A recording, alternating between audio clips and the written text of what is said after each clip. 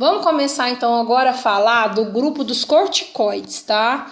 Então até agora a gente estava falando dos ANES, que é os anti-inflamatórios não esteroides, não a base do hormônio, né? Lembra da gordura, esteroide é lipídio.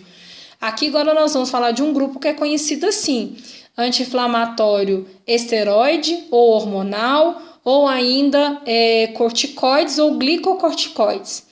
Então, qual a indicação desses medicamentos? Quando você tem uma inflamação persistente que passa de 3 meses, então ela se torna uma inflamação crônica, diferente lá da outra que é imediata, que eu expliquei, que é aguda, que é o caso dos ANES.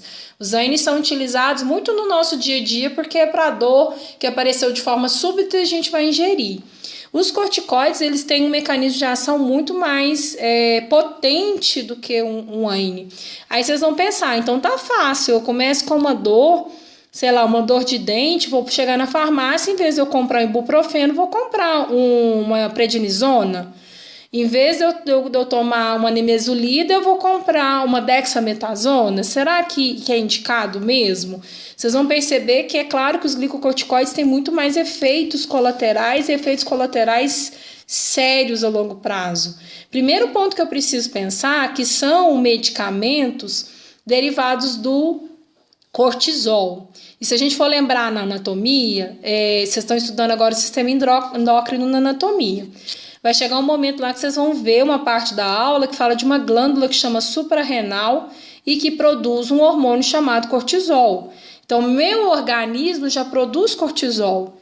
E o que acontece quando eu vou ingerir de forma sintética e exógena? Então, além do meu organismo produzir, eu vou lá na farmácia e compro um medicamento que é corticoide, que vai ter essa ação. Vocês vão perceber que a ação do hormônio que o meu corpo produz é a mesma que esse medicamento que eu estou apresentando para vocês tem, tá? Então, principal ação dele, só para vocês começarem a entender, ele diminui a resposta inflamatória.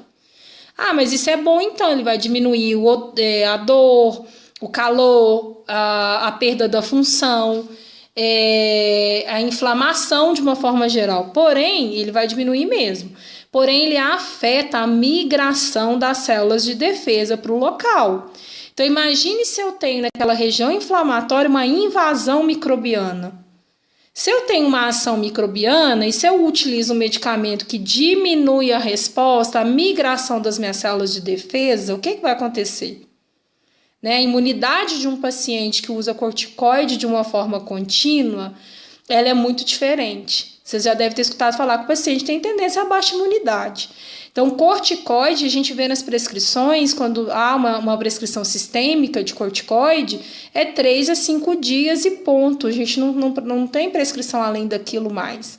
E quando os pacientes fazem uso de forma crônica, porque existem pacientes que têm doenças autoimunes, que são asmáticos, que precisam de utilizar, que tem alguma doença, autoimune que vai precisar, ou ser transplantado, por exemplo, vai precisar usar esse medicamento aí para um longo período, às vezes até para o resto da vida, esse medicamento ele não vai poder ser removido de uma forma brusca, ocorre o desmame.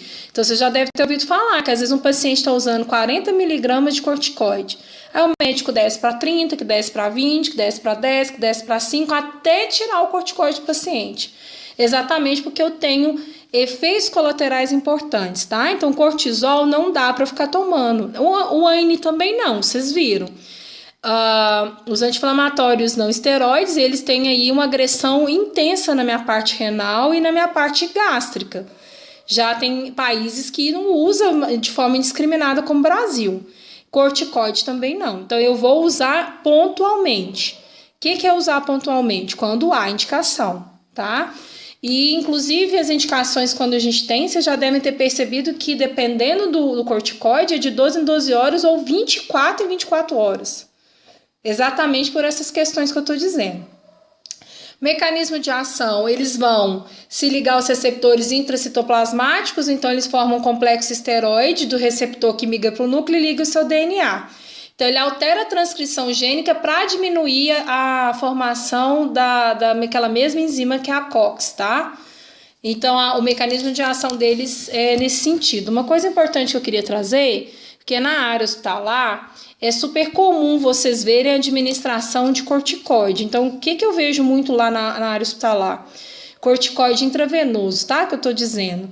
Usa-se muito para pacientes com edema cerebral, com aumento de pressão intracraniana na UTI ou cirurgias neurológicas, isso é comum ver.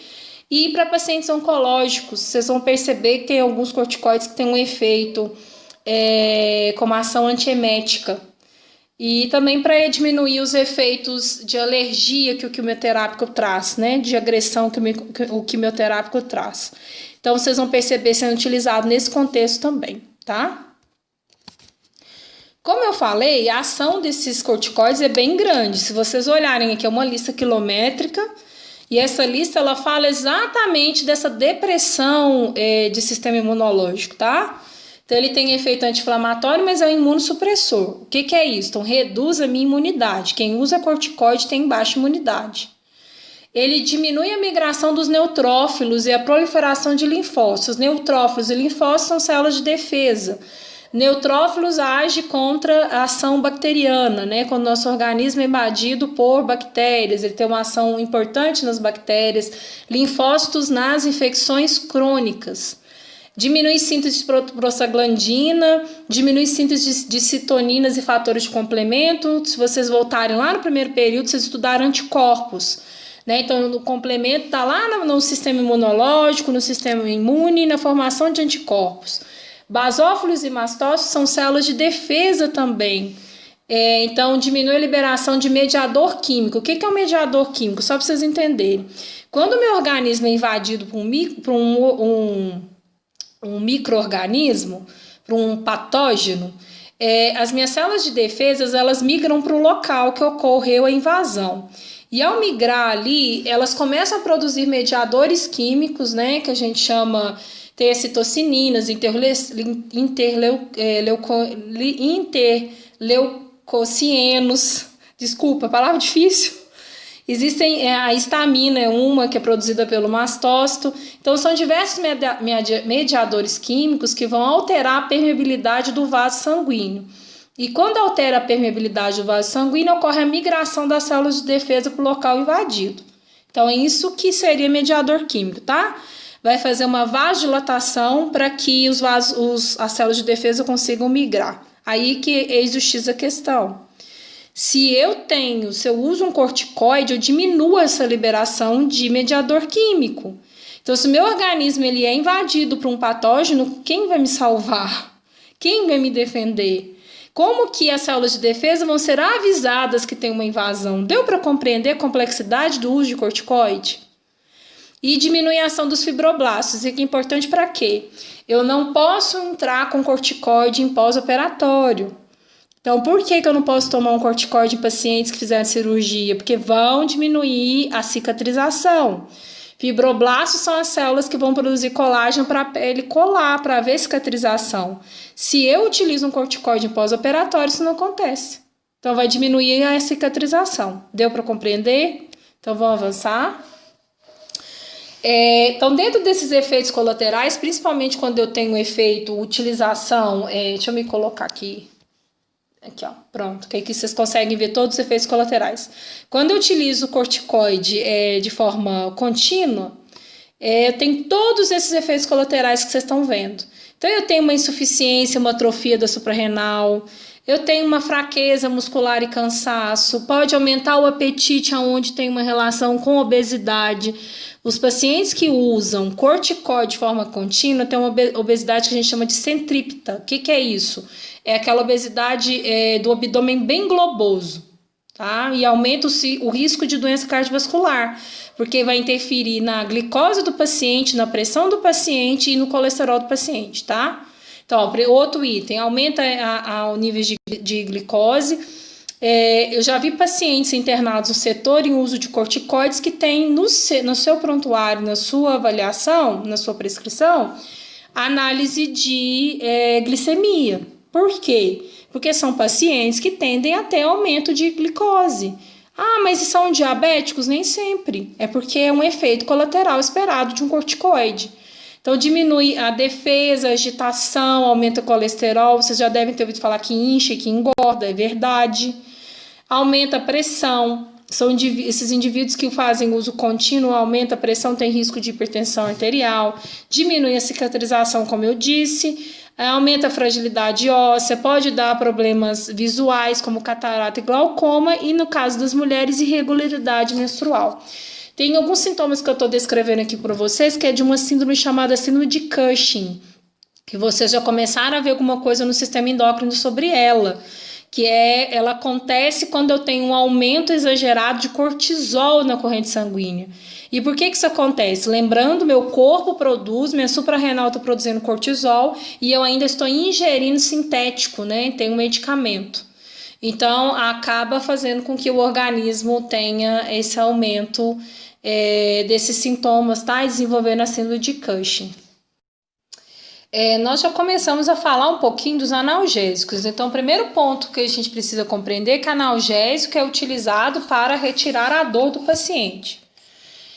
Porém, agora vocês vão perceber, a gente já falou de alguns analgésicos gerais, então, por exemplo, dipirona, paracetamol. Os próprios ANES, de forma geral, são utilizados também como analgésicos, porém eles têm aquele efeito anti-inflamatório que eu já havia explicado. Alguns têm efeito também antipirético, que seria na febre.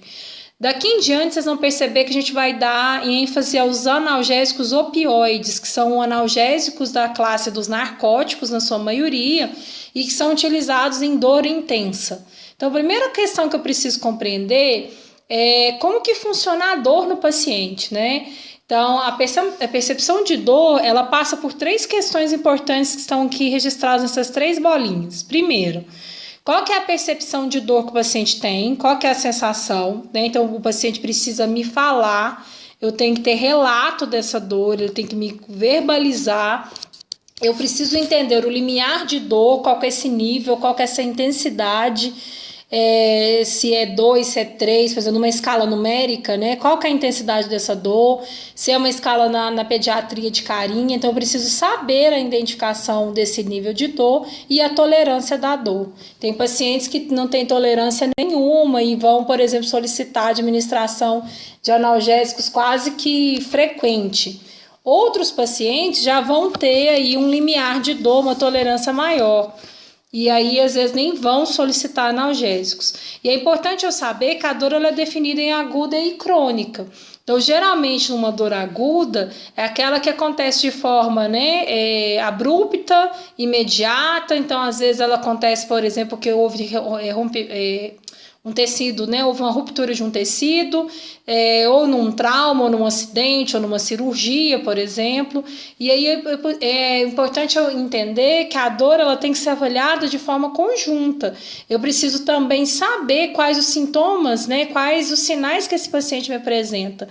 Geralmente, um paciente com dor, ele tem alteração de sinais vitais. Então, ele tem aumento de frequência respiratória, cardíaca, a pressão sobe, ele fica alterado, ele fica ansioso, ele fica agitado. Numa dor crônica, é importante a gente entender que ela evolui aí há mais de 3 meses e é uma dor constante, repetitiva, com frequência, que causa incômodo, leva à intolerância mesmo, a pessoa não conseguir fazer suas atividades normais. Ela pode se estender semanas ou até anos. Dores muito associadas, às vezes, na parte do câncer oncológico, estruturas nervosas, então neuropatia diabética, ou alguma infecção nervosa como herpes zoster, amputação ou problemas musculares e motores, né? Então, às vezes é uma artrite, uma tendinite, uma bursite, um problema na coluna, que são dores que vão se estender. É importante a gente pensar que o analgésico ideal ele deve ser potente para aliviar a dor ao máximo e deve ser produzir os mínimos de efeitos colaterais.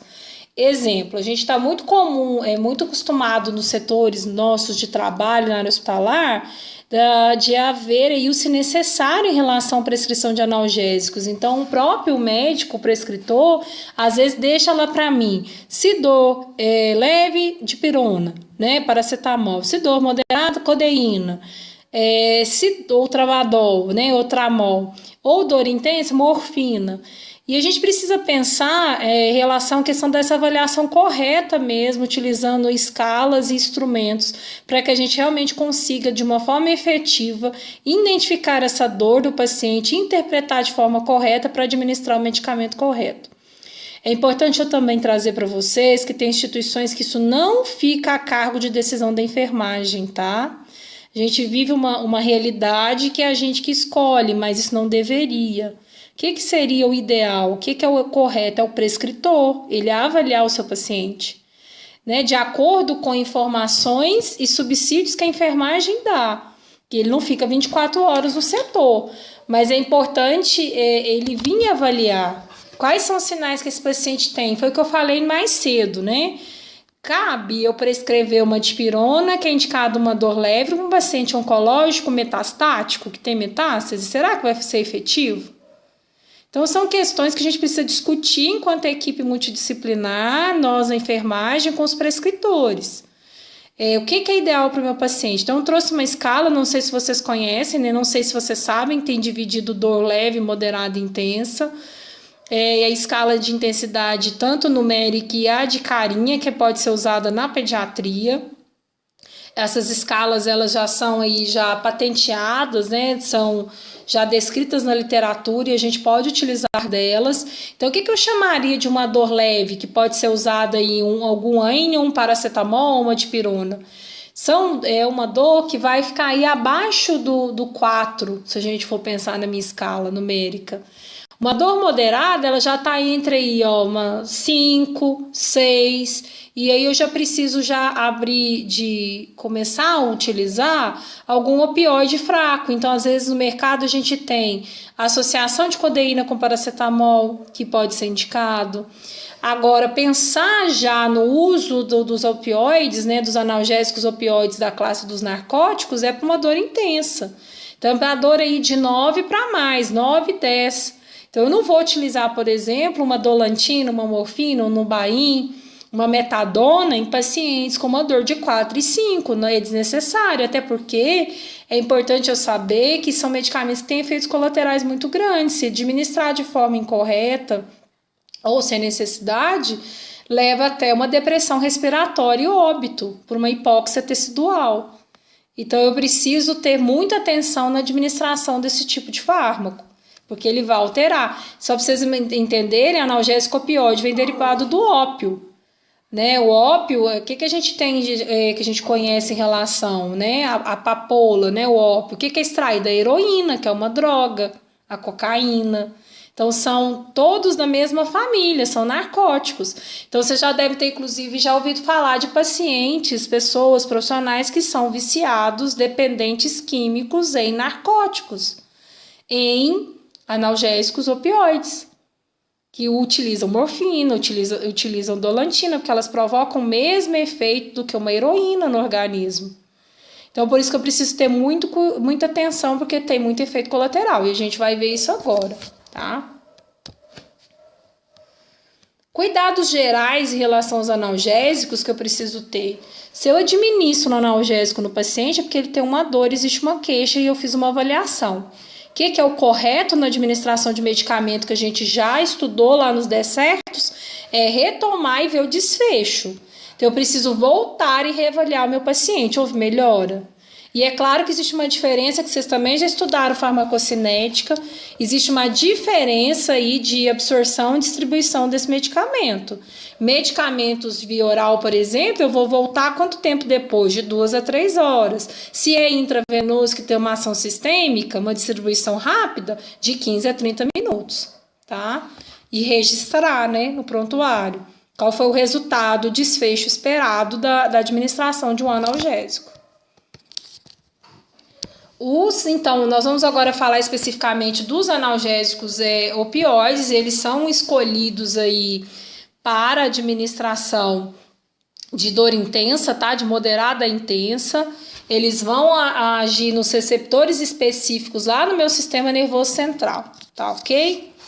E é importante eu saber que esses medicamentos, os analgésicos opioides, eles também têm os efeitos farmacológicos no meu corpo por sistema. Então, o que ele pode provocar no meu sistema nervoso central, por exemplo? Ele vai provocar acentuada analgesia, tem pacientes que vão ter sonolência, alteração do humor, alguns vão ficar eufóricos, outros vão diminuir a ansiedade, pode chegar até a sedação. tá? Quando administrado. Então, pode provocar perda da sensibilidade, pode desenvolver miose acentuada, que seria a contração pupilar. Na parte respiratória, como eu falei, principalmente indivíduos idosos e pacientes com já algum problema respiratório, porque ele diminui o reflexo de tosse. Então, pacientes que têm produção de muco, com algum problema respiratório, que já tem tendência à depressão respiratória, eu tenho que ter muita atenção, porque esse paciente ele pode aí fazer uma bradipneia, entrar em apneia e ter uma hipóxia. Na parte gastrointestinal, não irritam, mas pode causar às vezes náuseas e frequentes vômitos. Na parte cardiovascular, não promove hipotensão arterial significativa, com exceção da morfina, que pode fazer uma hipotensão, e geralmente não vão deprimir a contratilidade miocárdica e nem levar a arritmia. E na pele pode levar uma sudorese intensa e um rubor, tá? Em relação à sua distribuição, metabolismo e eliminação, para todos os opioides, eles vão atravessar a barreira placentária, então mulheres grávidas não podem fazer uso, eles atingem altas concentrações do sistema nervoso central, por isso que levam a uma alteração da depressão respiratória, alguns podem levar até a sedação, sonolência, o metabolismo é hepático e eles são eliminados na via urinária. Os principais efeitos colaterais aí a gente já descreveu, né, anteriormente naquele quadro lá por sistema, e é importante vocês saberem que ele pode aumentar a pressão intracraniana, pode causar dependência e em homens pode levar ao aumento da próstata. Outra coisa importante, intoxicação aguda de opiáceo, acontece, é igual uma overdose de heroína. Imagina uma pessoa que está usando heroína e ela faz uma overdose. O que provoca no corpo dela? É o mesmo que eu administrar morfina e dolantina no paciente. Então, quando eu administro em grande quantidade, uma superdosagem, ou administro de forma incorreta, pode levar a depressão respiratória, vômito que não consegue ser cessado, leva a hipotensão, coma, a pupila fica puntiforme e crise convulsiva. E o paciente entra em hipóxia e pode ir a óbito, tá? Então, se eu tenho, é muito comum quando você tem aí uma superdosagem de opioides, principalmente desse grupo de narcóticos, né, que seria a morfina, a dolantina, é muito comum no tratamento aí uma hidratação venosa acentuada, reposição de eletrólitos, a necessidade de administração de anticonvulsivantes, se tem, no caso, a crise convulsiva, e o principal que está até destacado em preto, em negrito, é que existe um antídoto a ser administrado. Então, qual que é o medicamento antagônico aos opioides? É a naloxona ou Narcan. Então, pode ser administrado por via intravenosa e ele vai reverter todos os efeitos provocados pela administração da morfina. Então, que bom que a gente consegue reverter, tá? Então, quando o paciente entra em depressão respiratória, o médico precisa prescrever o seu antídoto, que aí no caso é o Narcan.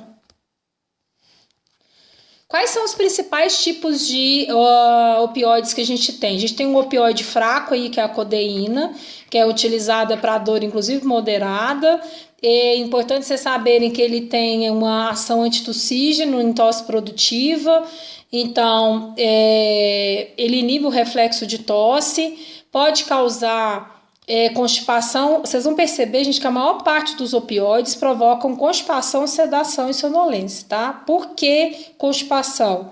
Diminui a contratilidade intestinal, né? Peristaltismo intestinal. Então, os pacientes tendem a ter constipação intestinal. Então, é algo para a enfermagem ficar muito atento com o serviço nutricional e com o médico também para avaliar as eliminações intestinais de pacientes que fazem uso de analgésico opioide com constância em setor, que eles tendem a ficar mais de 10 dias sem evacuar. A codeína de carborfina, que é muito utilizado principalmente para pacientes oncológicos. Ponto principal importante para eu destacar da morfina, ela tem que ser rediluída, tá? Então, eu não posso fazer ela pura. Então, geralmente, eu preciso rediluir ela numa grande quantidade, aí depende do padrão do setor, né, da instituição, mas ela precisa ser bem diluída e ela precisa ser feita bem lenta, é bem lento mesmo, tá? Então é muito lento mesmo. Porque se eu faço ela rápido, ela provoca hipotensão, depressão respiratória e o paciente entra em coma e pode ir a óbito. Então eu não posso administrar morfina de qualquer, em hipótese alguma, rápido, tá? É muito, muito, muito lenta. Que tempo, Aline? O que a literatura nos coloca aí? 4 a 5 minutos de administração, né, com a seringa. Empurrando devagarzinho, depois dela ter sido diluída. Outros dois aqui que a gente vê muito, tramadol também utilizado em dores moderadas a graves, utilizado em pacientes de oncologia e trauma, pode causar náusea e vômito, a dolantina, que também é muito utilizado. A sua administração também tem que ser lenta pelo mesmo motivo da morfina, tá? Ela é um opioide da classe dos narcóticos, então precisa que ser administrado de forma lenta para que não aconteça toda essa parte de alteração respiratória. A gente tem o fentanil, que é a fentanila, muito utilizado para sedação, principalmente em pacientes no UTI, utilizado para promover sedação para entubar paciente. Então, vocês já devem ter ouvido falar já do fentanil, ele é um analgésico opioide também, pode causar hipotensão, depressão respiratória, miose e rigidez muscular. E a metadona, que também é um narcótico, que também é um analgésico opioide, utilizado para dor grave. Tem médicos que às vezes usam a metadona ao invés de morfina e dolantina, e as mesmas questões, mesmas alterações. E por fim, para a gente terminar a nossa aula de analgésicos aí de forma geral, de corticoides e analgésicos, nós temos aí a nalbufina ou Nubain, que também é um analgésico opioide utilizado para dor moderada e grave, com apresentação intramuscular subcutânea IV, e utilizado em pacientes de oncologia, pós-operatório, de cirurgias de grande e médio porte. E lembrando que todos esses medicamentos eles podem causar dependência. Então, geralmente, quando utiliza-se nos setores, é importante o médico pensar no desmame dessas medicações. Não pode tirar de uma vez, tá? E era isso. Até mais.